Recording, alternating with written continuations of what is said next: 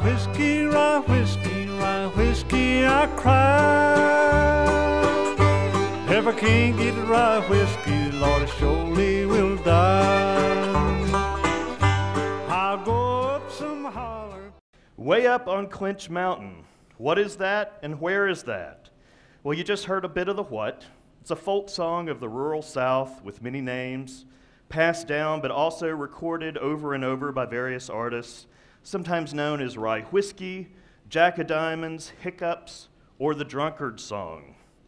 For the where, Clinch Mountain is a mountain ridge that runs from Blaine, Tennessee up to Burke's Garden, Virginia. You may have heard of Ralph Stanley and the Clinch Mountain Boys. That's the band he started with his brother in 1946.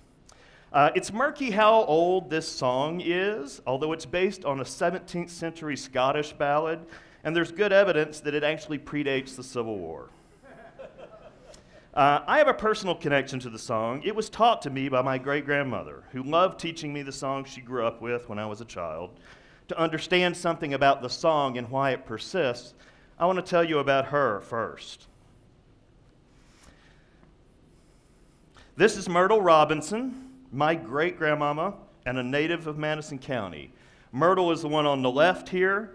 This is actually 4 generations. So Myrtle on the left, her mother Vessie, her daughter Dorothy, and Dorothy's daughter, and my mom, Ann, on the right. Say hi, Mom. Myrtle was born at home in the Shake Rag community in 1899. Into a large farm family. She was the 6th of 13 kids. She married Jeter Robinson in 1916, and they had 8 of their own. Unfortunately, Jeter was killed in an auto accident in 1948. And she raised the rest of them on her own, the youngest being 3. When I was a child, we would sit on the front porch in this metal glider, and she would sing me these songs that she grew up with.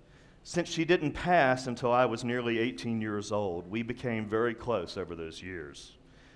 Way Up on Clinch Mountain, or I Do Love Liquor, is what great-grandmama called it, was one of our regular songs, no matter that none of us had ever seen her touch alcohol, ever. I don't think that she subscribed to the Drunkard's Progress, however. When I was an early teen, I got a tape recorder one Christmas. I immediately began recording all my family with it in secret and playing it back.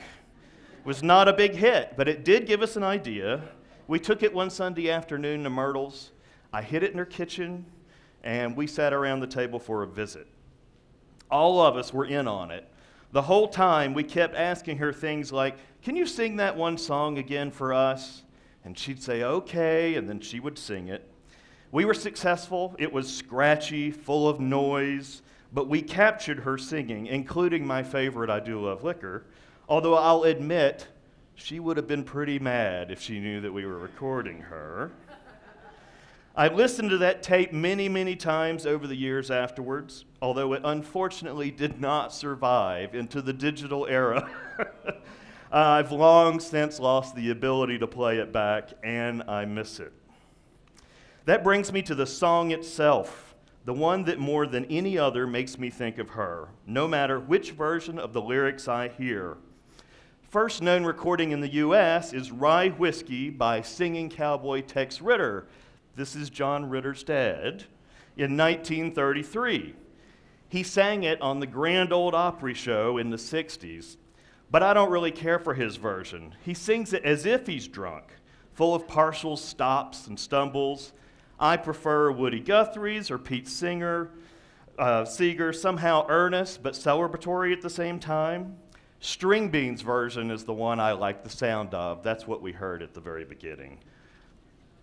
So the way these things went, the lyrics changed all the time in this song. At the time, there was no recorded music.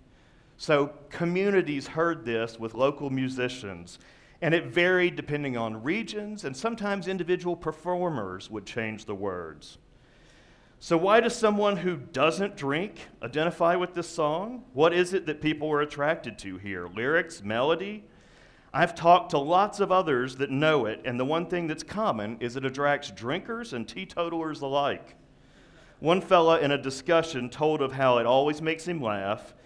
He learned it because he would come home from church on Sundays with his grandparents.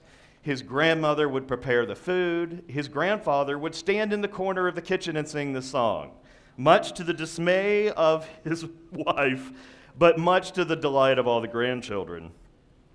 The song itself is hard to summarize. Yes, it most definitely is about drinking, but it's more than that. The person singing this song is declaring the very way they look at life. That involves wants and needs, but also the fact that they see their life as take it or leave it. There's one verse that's common among nearly all the versions. They say I drink whiskey, my money's my own, and them that don't like me can leave me alone. Not all the lyrics in the various versions of this song are just about drinking. Some of them are absolute statements about his life. I think there's something very early American about the attitudes of the person in this song. Fiercely independent, yet congenial. I like to drink whiskey. I will now expound upon the ways and reasons why, and you don't really need to be involved in that decision. Actually, that sounds pretty Scottish too, doesn't it? I wish I could ask Myrtle where she first heard the song, and I wish I could go back and hear that scratchy tape one more time. Regardless of who the singer is or how they've changed the words, it always makes me think of her.